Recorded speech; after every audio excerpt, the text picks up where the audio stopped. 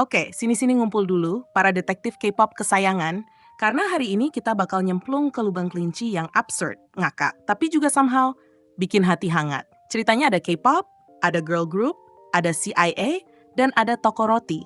Cerita ini tuh plot twistnya kayak drama Korea, tapi lebih dramatis dari ref terakhir lagunya Kara.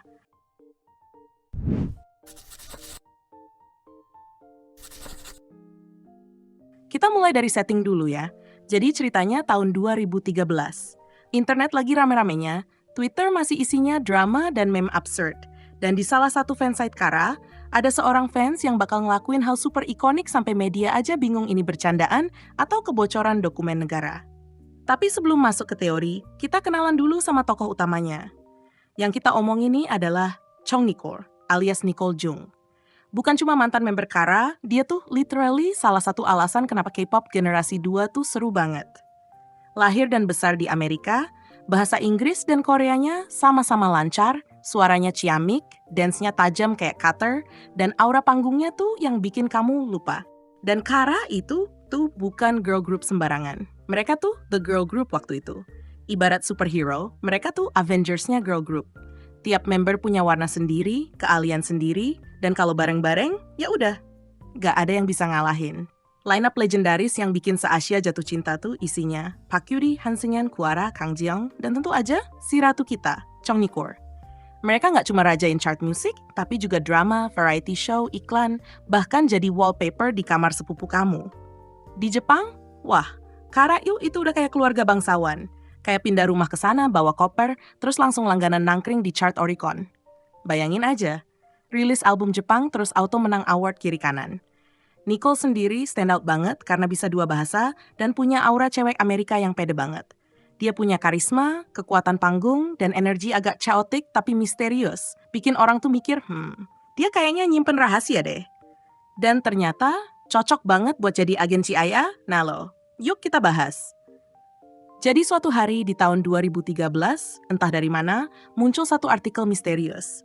Tampilannya kayak berita serius. Katanya dari media bernama Old Daily, dan klaimnya ada majalah mingguan Jepang yang baru aja ngebongkar identitas asli Chong Nicole sebagai agen CIA. Bukan drama Korea ya, ini kejadian nyata. Maksudnya hampir nyata. Artikel itu bilang, Nicole bukan sekadar idol. Katanya dia direkrut CIA sejak umur 13 tahun, diidentifikasi sebagai anak berbakat dan punya potensi global. Katanya, CIA punya proyek rahasia buat nyiapin anak-anak berbakat, terus nyamar jadi artis, masuk ke industri hiburan Asia, dan akhirnya jadi ikon pop culture biar bisa mengontrol opini publik. Karena ya jelas dong, cara paling efektif buat ngubah dunia itu lewat dance cover dan ref yang nempel di kepala. Versi lengkapnya lebih gila lagi.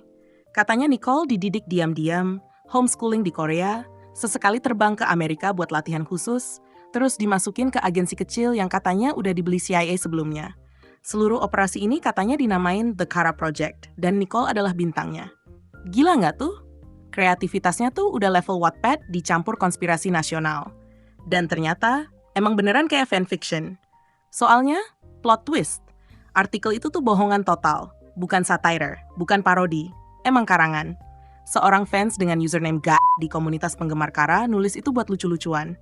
4 hari setelah postingannya viral banget, kayak sampai media beneran pada ngutip, fans itu balik lagi online jam 1:30 pagi, terus nulis, Oke, semua tenang, itu aku yang bikin. Itu cuma bercandaan, kesel aja lihat berita-berita asal-asalan soal Nicole. Ya udahlah, bikin yang lebih seru sendiri aja. Dan ya beneran, dia bikin. Dan saking niat dan detailnya, orang-orang tuh percaya.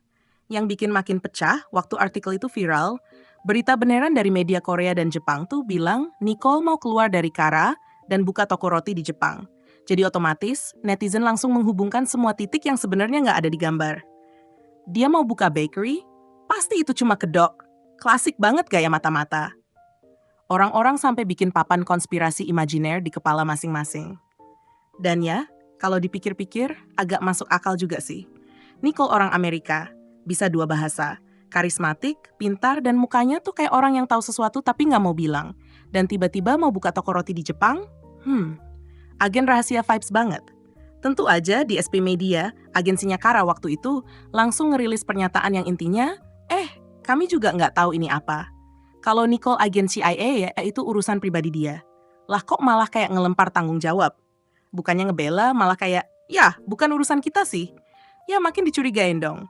Tapi sebenarnya ya, itu cuma fans bercanda yang ditanggapi terlalu serius.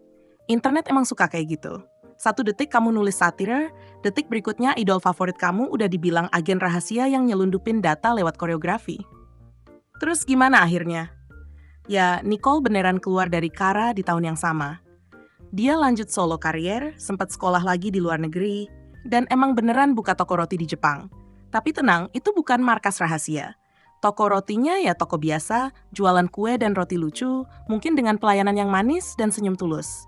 Sementara Kara sendiri ngalamin banyak perubahan. Ada member baru, proyek solo, wajib militer, siklus hidup idol lah ya. Tapi mereka nggak pernah benar-benar hilang. Tahun 2022, mereka comeback bareng buat anniversary ke-15. Bener-bener nostalgia yang cuma bisa dimengerti sama fans generasi 2. Dan Nicole, masih kinklong, masih ngedance, masih muncul di berbagai acara dan tetap keren dengan cara dia sendiri. Oh iya, fun fact.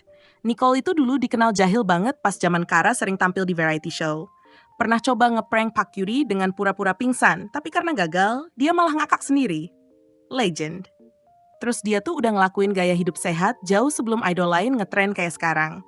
Makan protein bar, yoga, olahraga rutin, visioner banget. Atau mungkin emang pelatihan CIA ya? Siapa tahu.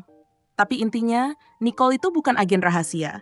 Dia cuma cewek multitalenta yang saking ikoniknya. Bahkan rumor absurd pun nggak bisa ngurangin auranya. Malah makin bikin dia jadi legenda. Dan kalau menurut aku sih, misteri terbesarnya bukan soal Nicole agen CIA atau bukan. Tapi gimana caranya dia bisa sekeren itu? Lucu, misterius, tapi tetap humble. Gimana menurut kamu? Nicole beneran nyambi jadi agen rahasia di sela-sela latihan dance?